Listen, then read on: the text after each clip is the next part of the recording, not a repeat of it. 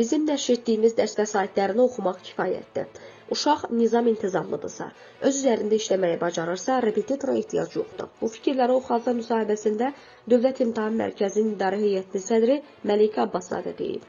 Sabiq Təhsil naziri Misir Mərdanov mövzu ilə bağlı Oxalca açıqlama verib. O qeyd edib ki, proses düzgün qurulmalıdır. 13 ildir ki, o sahədən uzaqlaşmışam. Buna görə də dərs vəsaitlərinin səviyyəsi ilə tanış deyiləm.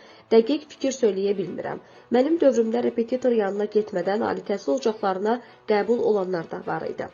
Lakin statistikanı o vaxt hesablamamışdıq. İndi də bilinmir, çünki repetitorluq gizli fəaliyyət kimidir.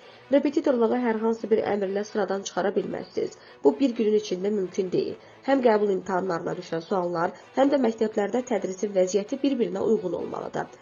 Belə olan təqdirdə yavaş-yavaş repetitorların qarşısını almaq olar.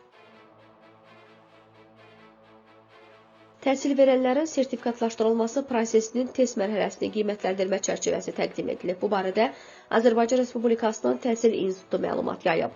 Müvafiq keçidə daxil olmaqla qiymətləndirmə çərçivəsi ilə tanış ola bilərsiniz. Təhsil verənlərin sertifikatlaşdırılması prosesinin qiymətləndirmə çərçivəsini təqdim edirik.